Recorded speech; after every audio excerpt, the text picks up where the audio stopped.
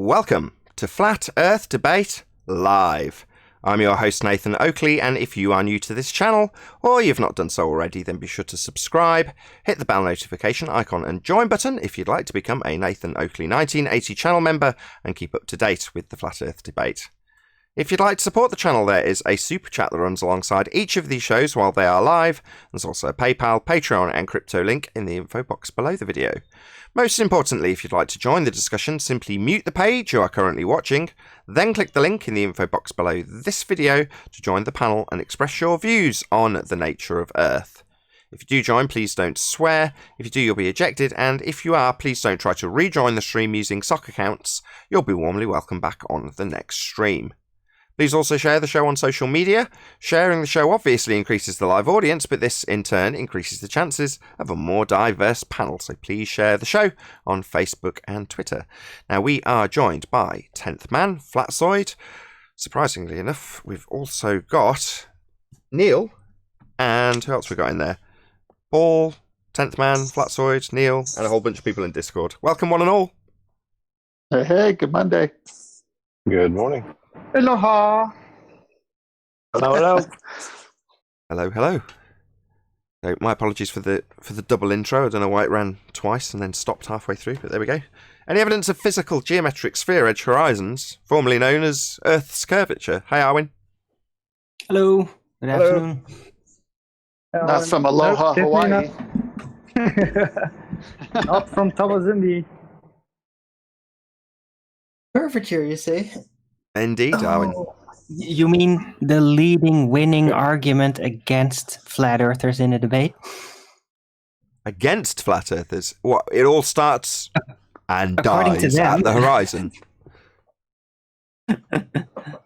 Yeah. No, when you actually ask, so where is it? Yeah, it's not really there. The curvature only exists in the math, and you don't see it. Yeah, but Arvin, what blocks the bottoms of boats and buildings? Diffraction has to do with Angular the workings of compression. the eye and perspective. So The optical. angles compressed in the distance. So is this a way to get them to admit the perspective then? Not necessarily. It's too complicated for them, probably. For them to actually They don't- take the effort to try and get it. It's just easier to remind them that the geometry of the ball Earth does not apply to the Earth because the geometric horizon is not where it should be. And Yeah, if but they that's then muted in say, Discord. okay, the refraction, terrestrial refraction, then it's very simple. It's like, that's very nice, but that's a paradox. You can't use that as an argument because you can't prove it exists. You can't prove terrestrial refraction exists. It's paradoxical. Perfect. Did you want to add something? Was it who's it? Stagoli?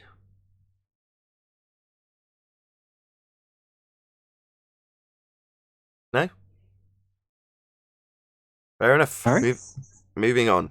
Any evidence of axial rotation of the Earth-based variety? Yeah, I'm just saying you're muted in Discord. We can't hear you in Discord. Can't hear me in Discord. I see. I That's think he weird. said. I No, think he's he right. He's said- right. I wasn't able to be heard in Discord. My bad. Sorry. Apologies to the guys in Discord.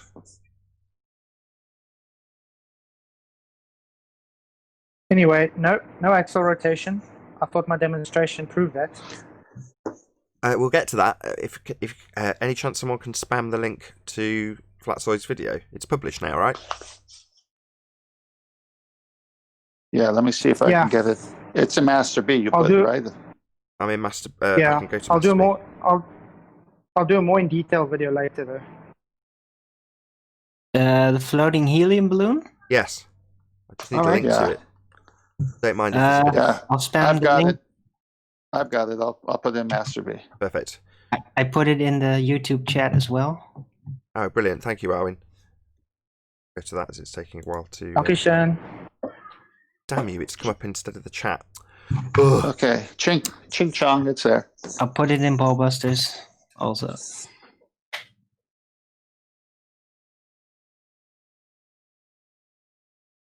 Well, Okay. every argument I get now from Barovers is, no, Talk you're not about supposed to shells. see it moving. It moves with the atmosphere.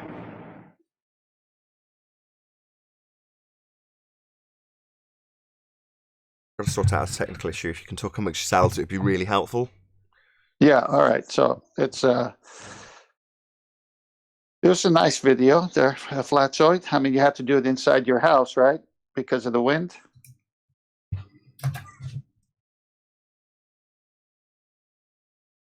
Ooh, Yeah, after my 8th attempt.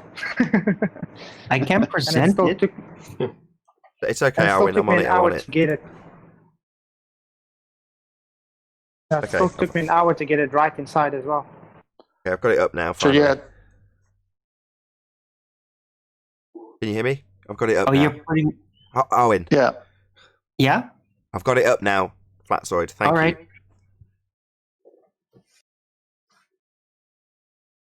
It's amazing. 25 minutes of free flight and not a single movement. It's just the sun that moves.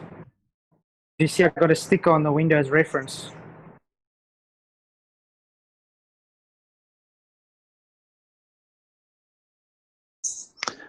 So you weighted the string down with Play-Doh so it could retain a hovering position right where it's at, correct?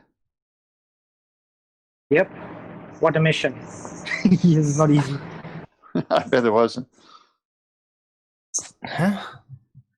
So there will be a more in-depth video showing your setup and such. This is just like the one shot of the. Well, it's the money shot really because it's got the sun moving Yeah. past it. Yeah. Yeah, I'll make a more in-depth kind of thing, showing all the bloopers and whatever and whatnot. But for the benefit of the audience, Flatzoid, I know 10th Man's just summarised it, but can you just describe the setup as it's yours? Okay, all it is just a helium balloon floating on one position for 25 minutes. The angle of the camera looking at the sun. So after 25 minutes, you can clearly see the balloon's not moving, but the sun is moving away from the balloon. Mm. But this would, just to conclude, this debunks the notion that we would have a 15 degrees an hour deviation as Earth rotates underneath as a non-inertial reference frame. So the claim is that there's 15 degrees an hour deviation as Earth rotates underneath. No, there isn't. There is no Coriolis deviation. This disproves the claim of a non-inertial spinning reference frame turning underneath at 15 degrees an hour. That claim is ludicrous. That's interesting because Yep. we've done earlier on the debates, we had visual demonstrations of people. I used to use it to try and prove gravity of a helium balloon on a string in a car. And then if it would accelerate, then the helium balloon would pop forward, right? So if the Earth was spinning, then basically shouldn't the very slight centrifugal force also cause the balloon to slightly tilt in a direction because of that, as the whole thing is slowly moving? Once the balloon enters the inertial Exactly, reference that's frame, why. the claim is that Earth turns underneath at 15 degrees an hour, and that's the bottom line.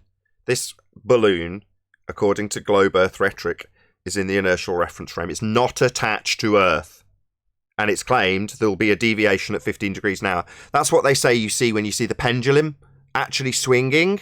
Well, it's not actually swinging at all. Earth's rotating underneath at 15 degrees an hour to make it appear as though the pendulum is taking a curved path to knock over the dominoes. It's not actually taking a curved path. It's claimed Earth rotates underneath.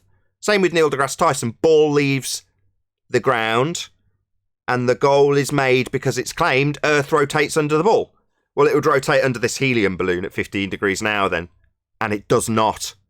Earth is not rotating. So when they say the Earth and atmosphere move together, then they're actually saying there is no Coriolis effect, correct? Yeah, they're relinquishing their claim of 15 degrees an hour drift as Earth rotates underneath. That's their claim that's supposed to be proving Earth spins. If they make up some nonsense begging the question fallacy that Earth and atmosphere spin together, so they assume it's spinning, as opposed to having a demonstration that proves it with 15 degrees an hour drift, which is what they claim, then they're relinquishing their claim of 15 degrees an hour drift, the very thing that's supposed to prove it spins. And they replace it with a begging the question fallacy. I assume it spins, and the Earth and atmosphere spin together. All right, what about multiple direction surface winds? That would immediately debunk that claim. Also, not leave you with the claim that proves Earth spinning, which is 15 degrees an hour as Earth turns under this balloon, as we're obviously seeing not happen.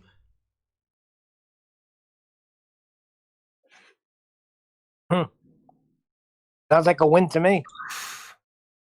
Earth isn't spinning. There's no 15 degrees an hour drift, as demonstrated. If there was, flight times would be reduced when travelling west. Move on. Any evidence of a self-perpetuating molten iron core at the centre of a prespherical Earth?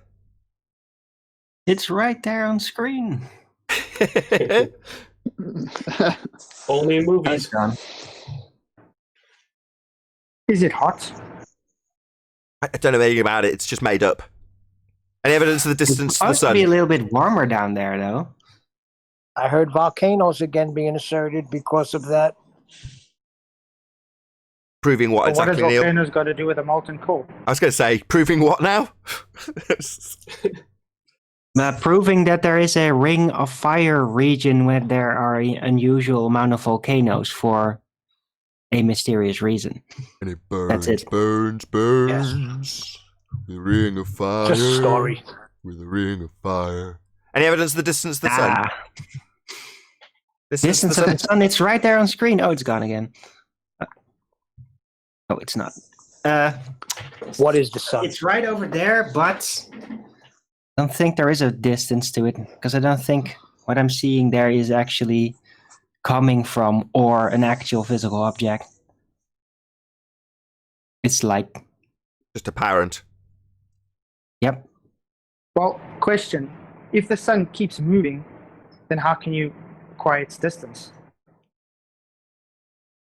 I don't know. It's not tangible in any way, Neil, so seems like a malformed question, but that's what they assert, right? They assert it's a tangible physical thing. A very hot, physical, burning ball of gas in a sky vacuum in violation of natural law. Speaking of laws, any scientific evidence of gravity? No. Reification fallacy. Every time I try to pin them down to this, they always change the subject. What is gravity? It's relative density, basically. And that, the force, the supposed force that they can't have because gravity isn't a force anymore, we still have it through a relative density disequilibrium force, which explains all of it. And it's not bound to a singular vector. It's both directions. With relative density, that doesn't work out in their heliocentric cosmology, so they just resort to Newtonian conception, even though it's not officially that anymore, and it's now just elusive space-time bending, which is mathematical and not actual. So, that's gravity.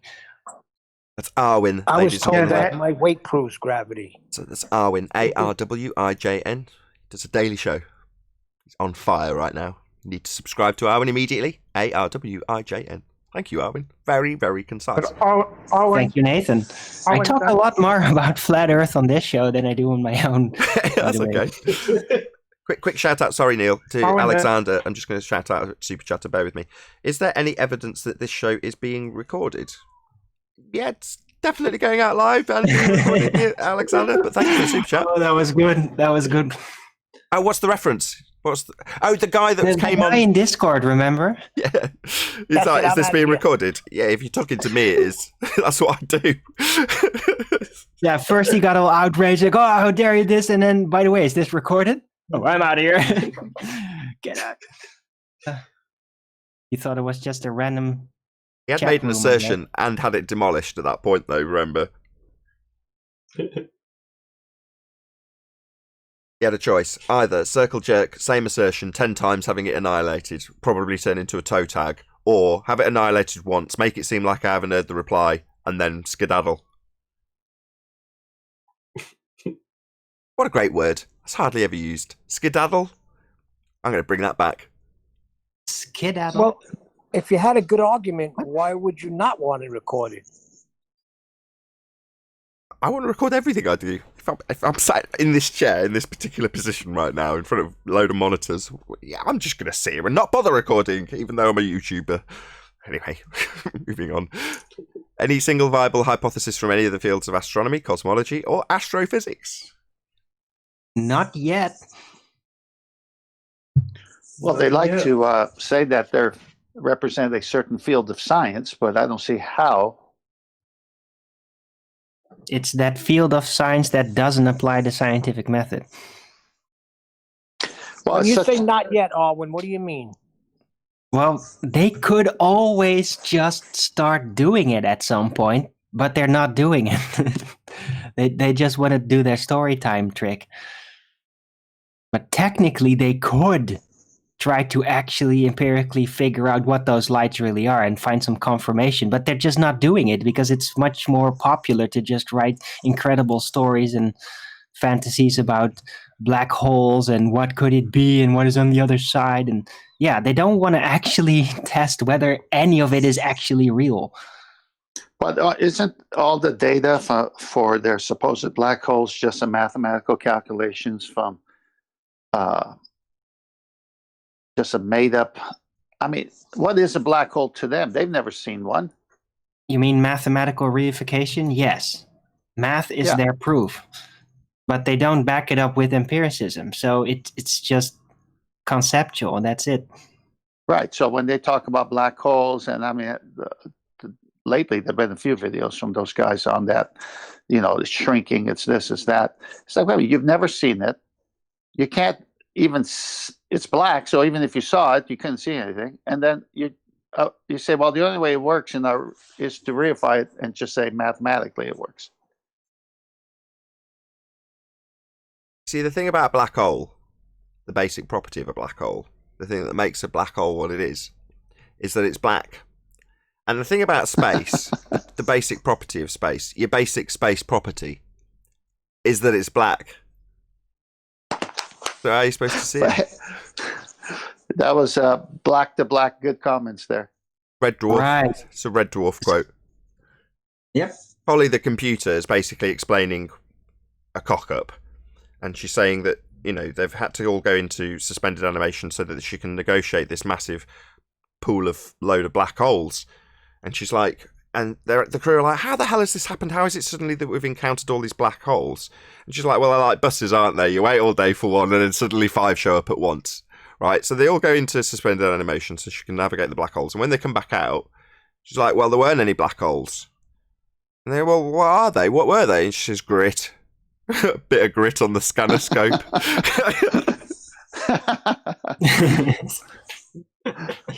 Oh, amazing. Well, you never know. Maybe a new group will rise up. Black holes matter. Black holes No. matter. How dare you? It's Black Lives.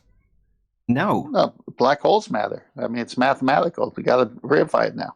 that They are black, sounds so I really suppose they do. disgusting. Well, why is it disgusting? Black They Because believe black in it. holes suck. No, they don't. Just a conceptual idea. Anyway. Yeah, they conceptually suck. That's what they're doing in concept. It's safer to say black space matters. It's space doesn't suck. What's it sucking? It's supposed to be removing time, right? Yeah, it's pulling everything in through mighty, mighty gravity. Even light. Oh, Okay. gravity shows up there now. Hold on. If you can't bend the concept of time, how can you suck it? No, it's not sucking the You time. just, what It's did you just sucking say? matter, but at Do you the mean it's same not time, it's Oh, slowing it's down suddenly- time. Gone from excellent to irritating baller. You are basically fantastic, aren't you, Alwyn? It's Hey, immediately- I'm not saying sucking. That was the very. experiments, okay? That was the So- word you used specifically. They suck. And then when I point out that how can you suck when you can't bend or do anything else with the concept, in this case time, you're like, I'm not saying suck, other than that's the very specific word I used. Like a baller. Right. Now, space, the vacuum sucks, but it doesn't. Gas blows in all directions. But black holes, technically, yeah, that's weirder. That's a lot weirder. There's the compacted gravity, space bending, so matter is all being pulled really powerfully towards it. right? But at the same time is slowing down. So it's like this eternal fall that could never actually reach. And then it gets all weird and paradoxical. And Yeah, you're describing... Yeah, but it's all math. Hold on, you're describing Einsteinian event horizons and spaghettification, aren't you? That's what you're hinting at, aren't you? yeah, but that's what black hole's supposed to be. What a load of bollocks. Interstellar. What a load of bollocks. Yeah, it's a black bollocks. Well, if They it just only made You that- can only exists in- see it if a sun is shining from behind it. And then if you're lucky, then it'll look like an eclipse. And that's how they photograph the black hole, remember? Last year, wasn't it? If it only exists in math, how could the sun be shining behind it? And how can you take a photograph of a I calculation? can't. Well, that's what they photographed, and they're just assuming that that is a black hole. And they've been looking for something like that visually for a long time Where is it to photographed? reify their black hole idea. Hold on. So they CGI it. Where was it photographed from? Where did they photograph the black hole from? I don't know, some astronomy telescope or something. A bunch of telescopes. Looking It's through just grit. looking through our atmosphere Right. and looking at something. I'm personally not actually reifying the black hole actually being there because of it. It's just that they did photograph this specific visual, apparently, that seems like a mini eclipse. Okay, let's just get some clarity. And Hey, they just black- thought, oh, that's a black hole. We finally found it. Yeah, that's their job. That's their job. They look at lights in the sky and give them they give them names. Astronomy. Yeah, break it down. What are they doing? Looking at lights and giving them names. Yeah, so they all saw a light and they gave it a name of a black hole. A light we saw. Okie dokie. A black hole, however, has a description and is a mathematical conception. It's not real. Now that you can attribute your mathematical construction to a light you've seen in the sky, you can do that. That doesn't suddenly make real their description of what they conceptualize a black hole to be. Yeah? Now, the light that they've seen through the atmosphere with their telescope in a region they claim is a vacuum might be real. They might have seen that light. But it doesn't mean it's in a vacuum. It doesn't mean it's the mathematical conception that they've described with black holes. It's just a light they've seen and given a name. That's their job, though, isn't it now? Give these lights names? Not science, just naming stuff. Yeah, astronomy. I Naming named this stuff. light black hole. Good job. Excellent astronomy. Right. But they didn't just see black. They did see like a sun behind it or another light behind it and then a hole in it.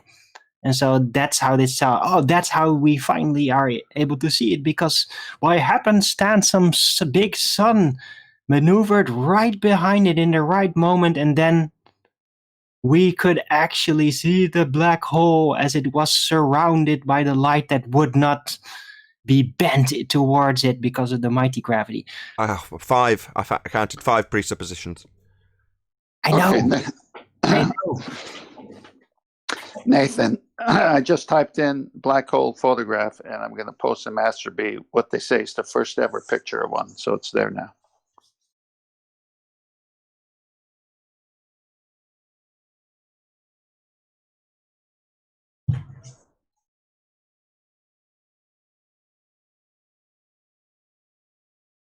Wow, that seems more like CGI. But that's not the picture. The picture was much more grainy than that. It wasn't that high res. I don't care if it's Well, fake or real, This right? seems like an artist's interpretation. Possibly Well, yeah. not. It doesn't matter, right? The problems are the assumptions in terms of the motions that you've got from the heliocentric model, things moving behind, as you describe it. All right, we've validated that, have we? No, of course not. Just a presupposition based on the heliocentric model. The description of what they've attributed the words black hole to this that they've photographed in the sky doesn't make it so. Doesn't mean their description's accurate when they've made up a description with maths. So, here we go. This is the more recent one. So yeah, same principle. So they've seen this in the sky, have they? No more valid than saying that light called Venus is a sphere the size of Earth, a physical body we could land on. But for the fact that we know it's really hot, do you? Why? Well, it's got greenhouse gases all around it, hasn't it? Has it? It's a light in the sky. But you've got a whole naming story thing going on with it, though, haven't you, based on your model and our assumption? Talking of our assumption, just so we round out housekeeping, any evidence of the R value? Oh, don't escape just yet. I wanted to say you forgot that Venus is much closer to the sun, so it's like Closer that. to the sun, based on your knowing how far the sun is and all that stuff that we've just covered in the previous housekeeping questions, right? Yes. Of Now course. you're getting it. Of course, now I've got That's it. how heliocentrism works, Nathan. Get over it. My bad. Just a philosophy, though, isn't it? Doesn't mean we're standing on a sphere, though, does it, Owen? Just a way of conceptualizing those movements of stars and giving them little names, like black hole. You know, you can call this thing black hole. Yeah, and then you can even make up a little bit of maths about what it does and what it is. When you've taken a picture of something and that's all you've done. Not science, though, just naming stuff and coming up with stories. But they're getting very far, you know. Recently, they even they scienced the shit out of the center of the moon and what it all was. They figured it out. So they're probably going to do that with the other planets at some point as well. They're just going to tell you this is exactly what the planet is comprised of. This is how it works. Venus and Mars, and it's all just going to be just conjured up like that. Just make it up. Literally just make it up. Funny enough. Any evidence of R? Next one. I haven't seen Chocolate the last couple of shows. I don't know where he is. I'm sure he's all right. He's a big lad. He can handle himself. Yeah. That's it then. That concludes housekeeping. Hooray. Funny enough, I came across this channel recently, the science, quote unquote, science communicating channel. So they posted this video. They have like 4.5 million subscribers. They posted a video with the title, "No human has ever left Earth's atmosphere. Here's why." It's a bit telling. Yeah. Tell us all about it. Just fill us in on the broad strokes. And I left a comment saying, "Welcome to Flat Earth." Isn't that coincidence? That's our argument too. Do you like to absorb our arguments and throw them back at us? Like, well, obviously, Bill Nye, we're in a closed system. All right, just made up Voyager and going to the moon then, because closed. Just throw it back at us like it's a defence. Well, we don't have a geometric horizon. What, the thing you're claiming, blocks, boats and buildings? Your claim of a sphere Earth with a physical horizon, you're saying we haven't got that? You think telling me we haven't got one's a defence? No, just a welcoming to flat Earth. Spot on, Unbelievable Productions. And also in that video, they claim they think the Earth's atmosphere is further than the moon now spreads. That's pretty funny. Yeah. Well, that's how they get around. You can't leave Earth's atmosphere. If it's wrapped around the moon, then they're still in Earth's atmosphere. They just created a get out of jail free card. Not really. They still need a container for gas pressure to exist in the first instance. You can extend the Tor values to whatever they like. It also demonstrates that they're just making it up as they go along when they change the Tor values. Oh, well, the Tor values extend to the moon now. All right, did they not before? Is the entirety of that system that you've extended to the moon in a vacuum, with gas wanting to expand to fill the availability of volume? It just stays with us, like a little sperm tail between the moon rotating around us with the atmosphere not dissipating into the vacuum as per the second law of thermodynamics. Yeah, just keep tagging on a little bit more nonsense on the end, like it'll help, because it doesn't. Yeah, but Nathan, don't you know it's really good news that that's the case now, because that means that any new explorers that are going to settle on the moon, they're going to have some gas pressure available to collect, so they don't have to transport new gas tanks from Earth all the way over here, because there's still some atmosphere out there now that they can collect and then use, so they can stay there. It's good news. It's totally farcical, and I know by your tone that that's what you're implying. But they're cocked up, right, really. You know, the bullshit lie that is going to the moon, that's probably what killed the heliocentric model. You know, if they'd have said it was too difficult, they could have just carried on speculating and have us say no. Whereas being able to point out that they've claimed to have travelled in a fake place, the vacuum of space, and then covering it up by extending the Tor values to the moon in the vacuum of space, which doesn't solve the problem in the slightest.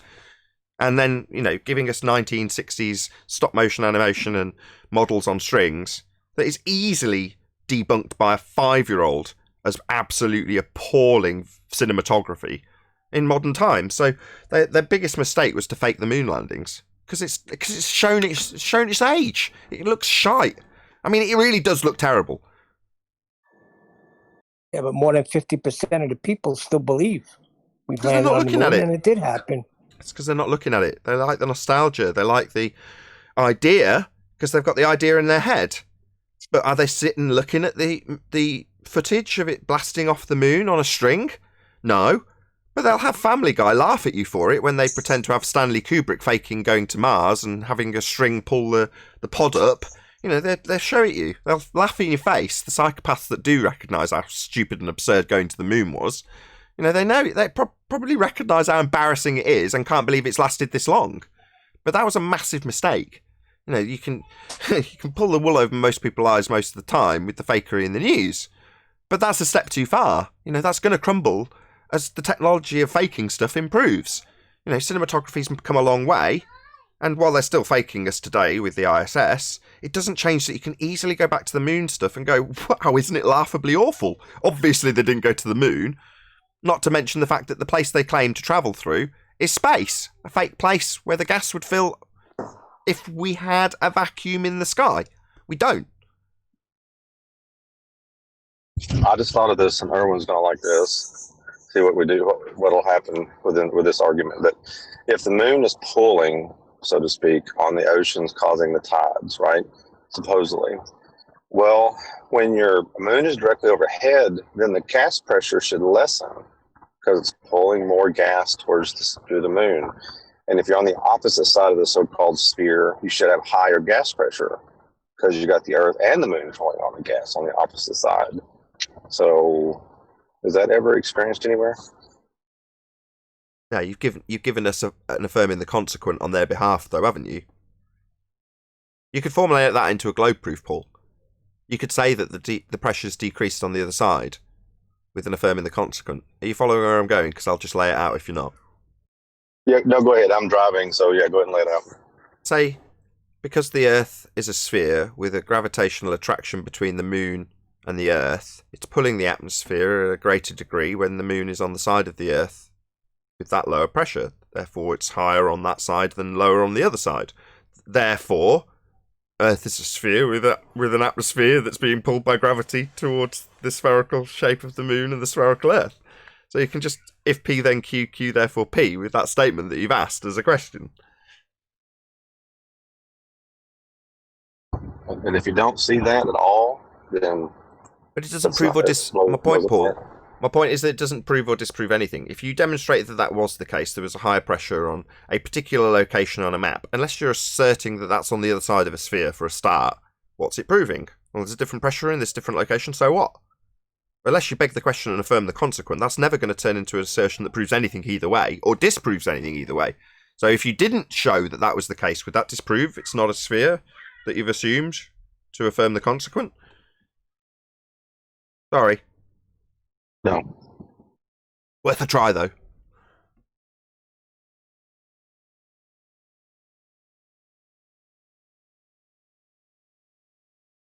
Well, that killed that. My bad, Paul. No, that was the point. That was the point. But I mean, that's the logic of the reasoning. You know, if you beg the question and then if the moon's pulling on the Earth, pulling on the tides, pulling on the water, then it should increase and decrease air pressure. It does increase and decrease air pressure, therefore Earth is a sphere, moon with gravitational attraction between them. See what I mean? If P then Q, Q therefore P. No, I get it. I'm sometimes I do this kind of stuff and wait for ballers to throw something out. You watch it'll come out later that they'll try to find some kind of proof for it because it's true.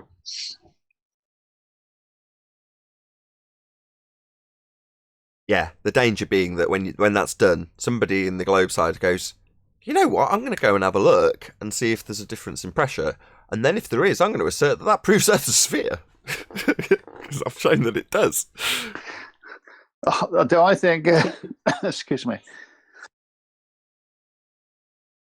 Sorry, I had a cough.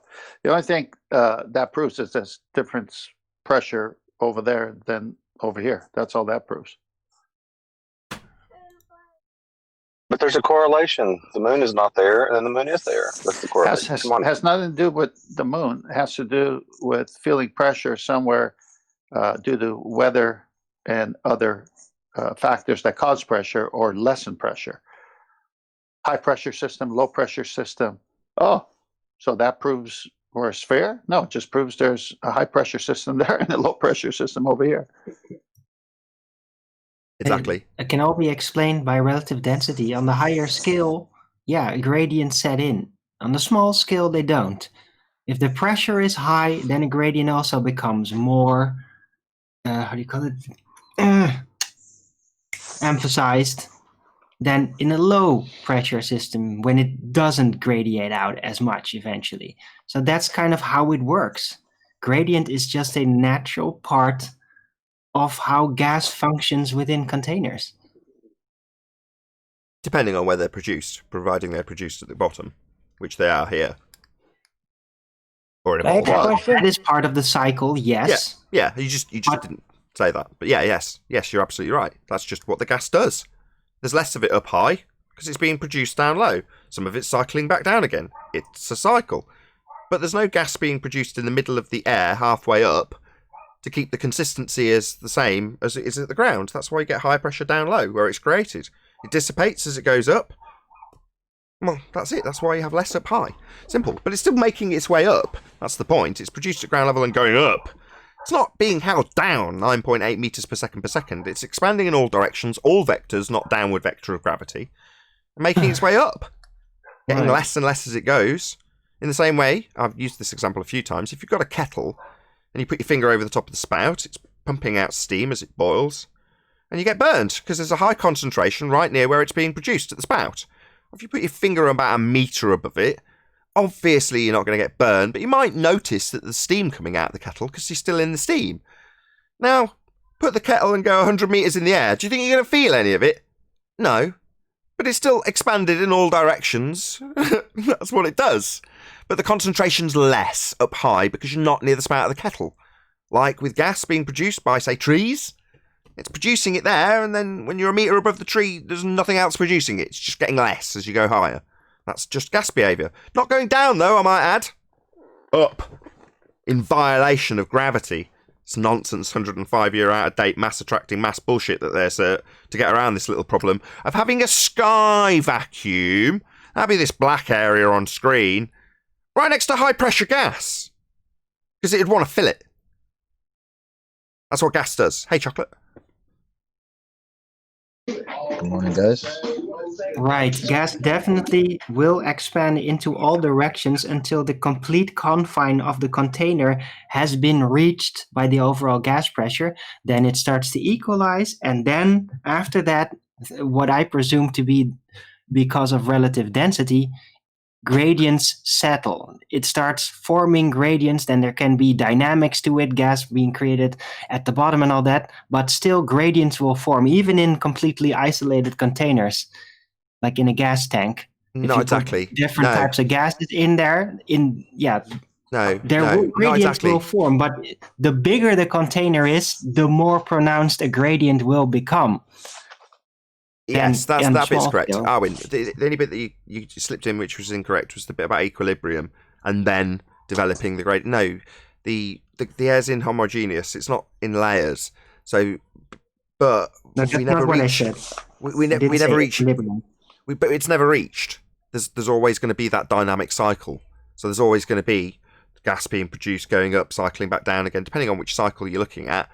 It's going to happen at different heights, but ultimately speaking, the fact that there's more of it being produced down low, therefore less up high, that's the reason for the gradation, as opposed to it reaching equilibrium and then a gradient forming in a sort of homogeneous way. That doesn't happen. Well, that on its own is an assertion that is the sole cause of it. I've seen gradients without gas being produced in a tanker. So gradients are just a natural thing that happens, and what I was specific about is the gas pressure expanding to literally meet every part of the container, and then after that has happened, then the gas pressure kind of stops expanding in the radical way, and it all starts to push against itself, against everything after that, and then gradients form, but only after it has expanded within the container to meet every wall. Right, no, you're spot on. It's occupation of all available microstates is how it's described in the second law. Yes. All right. Well, I think your example of a bottle garden is a good visual here, because you've got a closed system with living things inside this closed system, and then when heat is applied to it, changes occur, and when the coolness or cold is applied to it, changes occur. Open closed system. Haven't you heard? Contradiction in terms, Neil. I know. Hey, Can I ask a question? Neil, you found your way on the panel. Yeah, it's here, isn't it? What's up, man? What's up, Joe? Can I ask a question, Nathan? You don't have to ask permission on the panel anymore. You can actually rumpus me without me being able to do much about it. You can shut down the show pretty much from that panel, Neil. So go ahead. Yeah, but I can also be very angry at you for doing that, so don't. So That's true. how do tides work then? Tides? Yes, tides. Like, how do we get tides? I don't know. Well, from the maps that have actually mapped them out there, digitally, even live, it seems to be like a magnetic phenomena that is just happening in specific regions near iron-rich grounds. And yeah, it's just a magnetic phenomenon. It probably directly ties in the same system that directly causes the celestial cycles and all that. But once That's again, that's Arwen's way of saying I don't know. No, but it is it's very magnetic when you just look at how the tides happen in circular fashion surrounding certain spots. It's just definitely a magnetic phenomenon.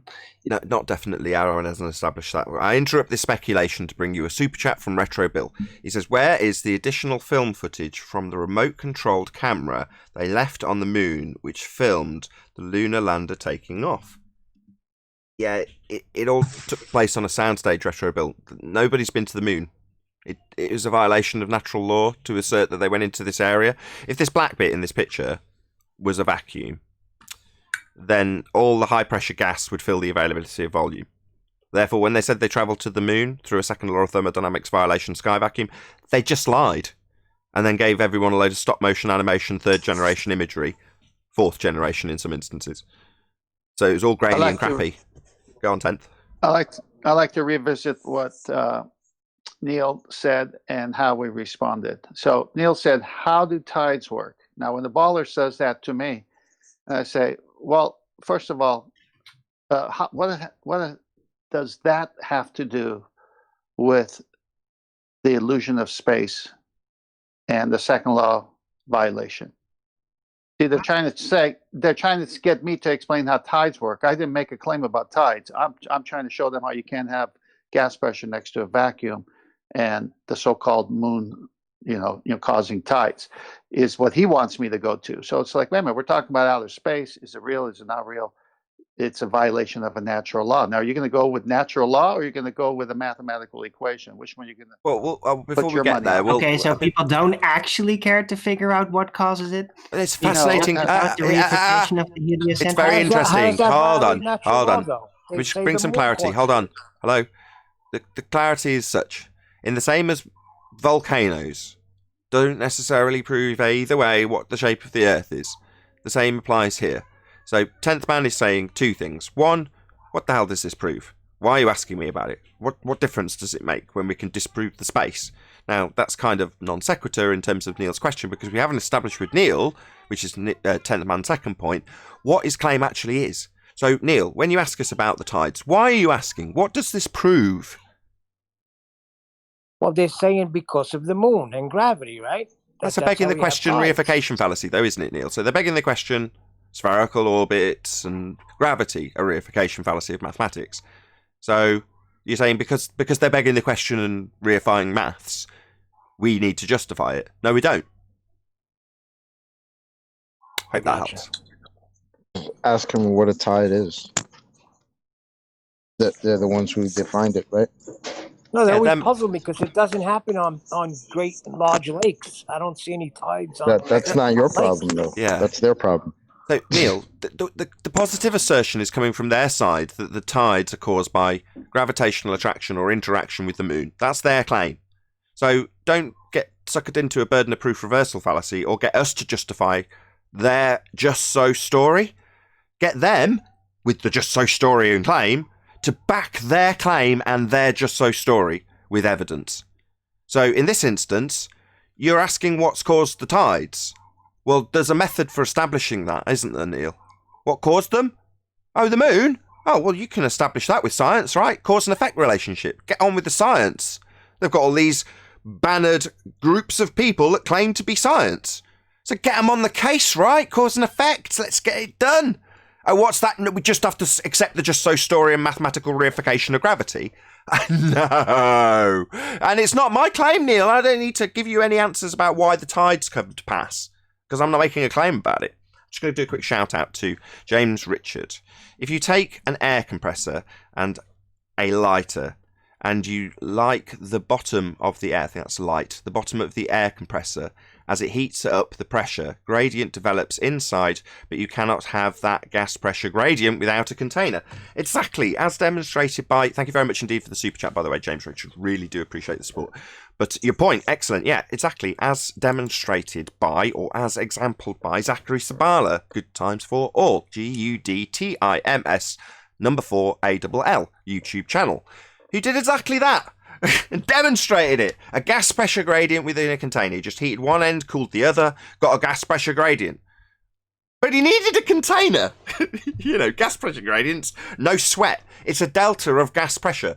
First the gas pressure, which requires containment, then gas pressure gradients. So claim of, well, I got gas pressure gradients, so what? Still need a container, and your Earth in a sky vacuum's an open system. Therefore fake. Space isn't real. The gas would fill the space. Hey, if I can comment some on Neil's question, you know, when I get in discussion about the moon causing the tide supposedly according to gravity, yeah, if that really keeps on going and going, then I'd like to ask, okay, so if gravity causes an attraction from the moon pull on the water, could you show me in a calculation how that works, please? Well, first of all, you're using. You know why? Hang on. No, don't interrupt me. This is a QE No, challenge. you're It's been laid using. out. You're Hold on, using fallacy there. 10th, Gravity's hold on. not a force. 10th, hold on a Shut second. up, 10th, man. Hold on. I'm making a point. Arwin! Jeez.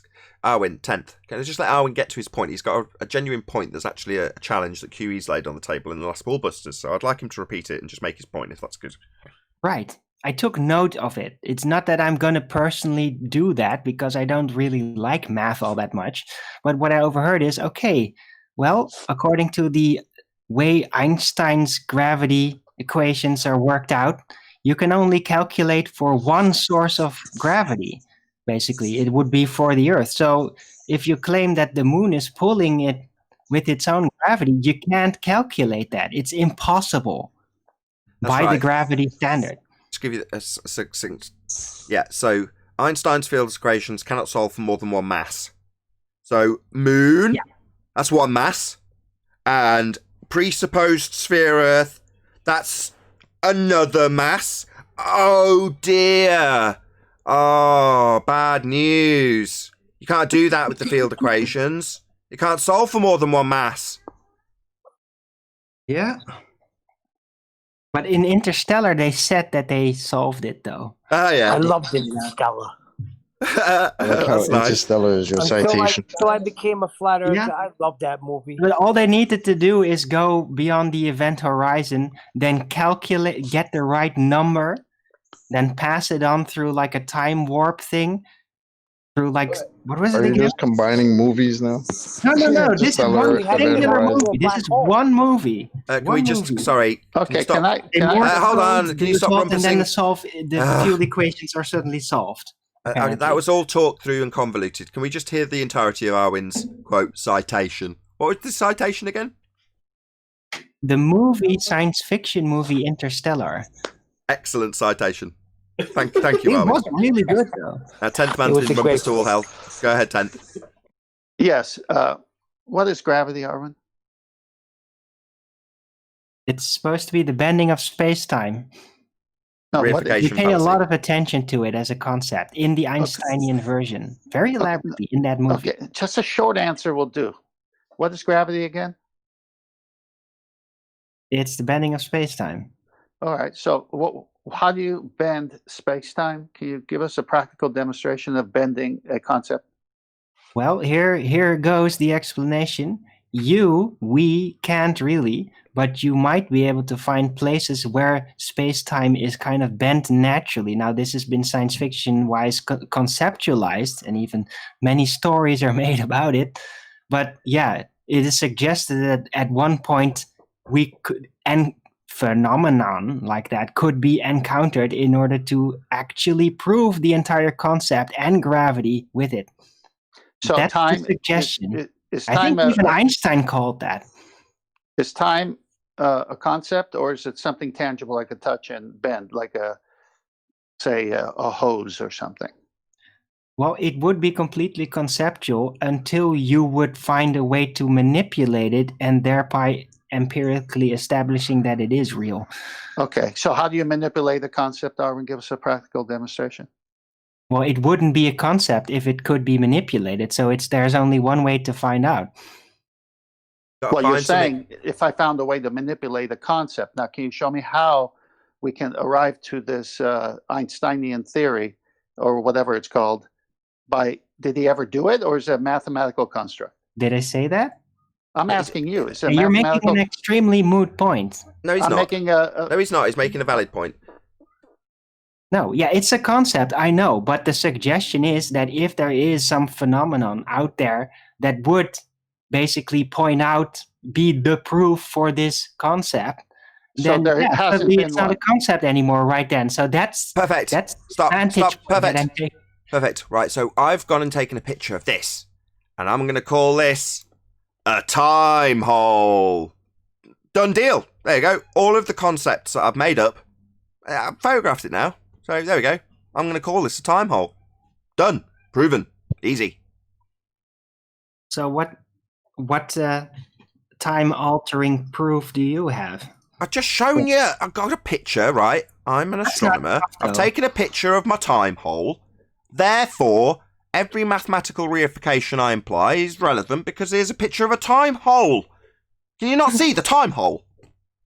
No, you're thinking like an astronomer. I'm taking it one step beyond into real physics again. Yeah, Nathan the astronomer. And I'm going to name this thing I've looked at a time hole. Therefore, time, all of the concepts in mathematics used to describe time are proven in this time hole. There it is. What's your problem? Well, you're not actually showing, you're just looking at something that doesn't prove the time alteration. My bad. I was thinking of a different set of bullshit just so stories. I actually meant black hole. I've just called this a black hole. Sorry, I was using the wrong words. I've just decided that black holes and all the stuff about black holes is true because I've taken a picture of a black hole. I just mixed up my words. It's actually this in front of you now. That's all true because I just made up that and there's the picture. Black hole, I mean. That's very nice for you, astronomer Nathan, but you're going to have to actually figure out if it is a thing beyond just a dark blip with the light behind it. Hello? Black hole picture on screen. Science denier. Okay, this is too far now. I posted the real picture of the black hole in Ballbusters, so you're all wrong. Okay. Yeah, Nathan, you're definitely getting farcical. Okay, let's just stick this on. So you're saying that the black hole is actually the ring of fire around a Snoop Dogg spliff? Yeah. It does look pretty close, doesn't it? It's probably because they photoshopped the original photograph. Don't ruin it, Arwin. Don't give away the magic. Excellent. Very good. Very amusing. My point being, you can just make it up. You can derive all this conceptual mathematics, claim you've taken a picture, and jobs are good, is it? Well, it is if you tell people and then ridicule them for being science deniers if they in any way question it. Another quick shout out to James Richard. Here's one that I can't get over, and it's completely overlooked. Everything about space and the moon landing is in your imagination. Everything. Yeah, exactly. Based on little stories that they showed you. Shout out to Good Servant also for the super chat. Thank you very much, James Richard, for the super chat. Really appreciate your support. And hello. It's a giant library of fairy tales with visuals, you know? Yeah. 50 years ago, people would know fairy tales that their mothers would have told them when they were a kid, and they would dream about it. They might draw it. Now we got like an industry that does it, and they're focusing on this space fantasy. So those are our dreams now. That's why when you guys were talking, I had the theme song of Star Trek playing in the back of my head. It seemed very fitting. Hey, Righteous Force, good to have you. Hello, Nathan.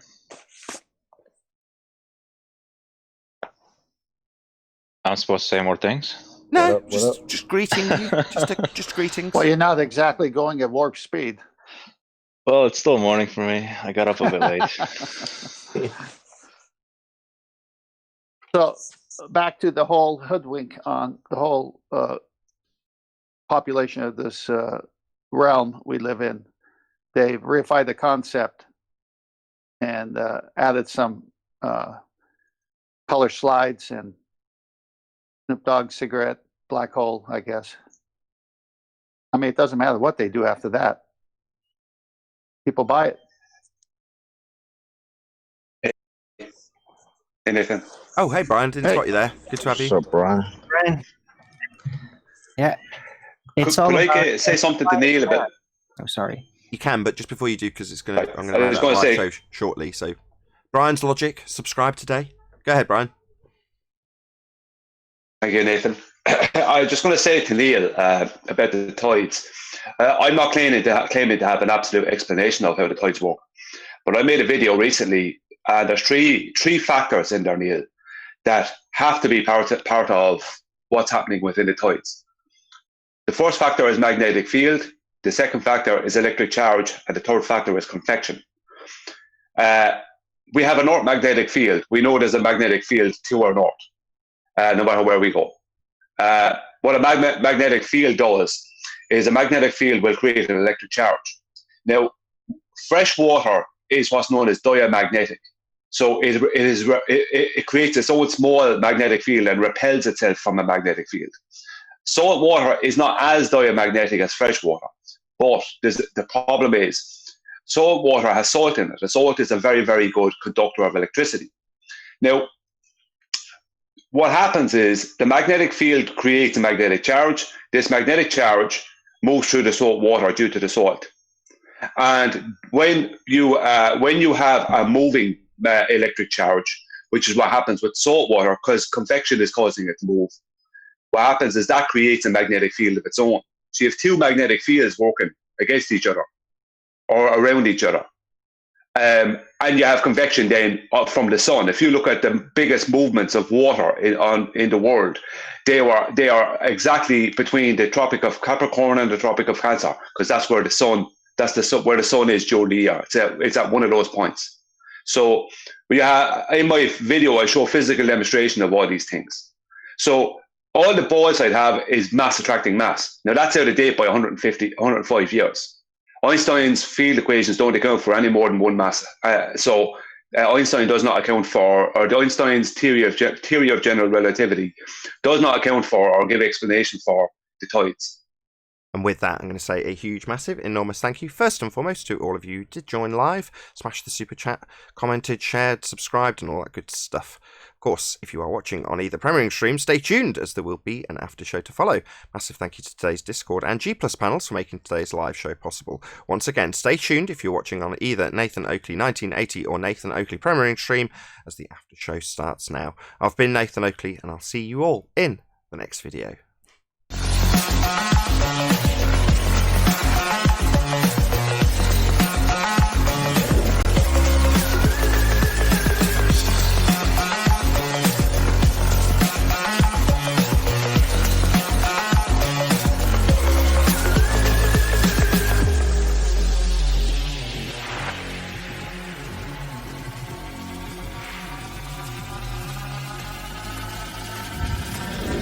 Oh, what a day!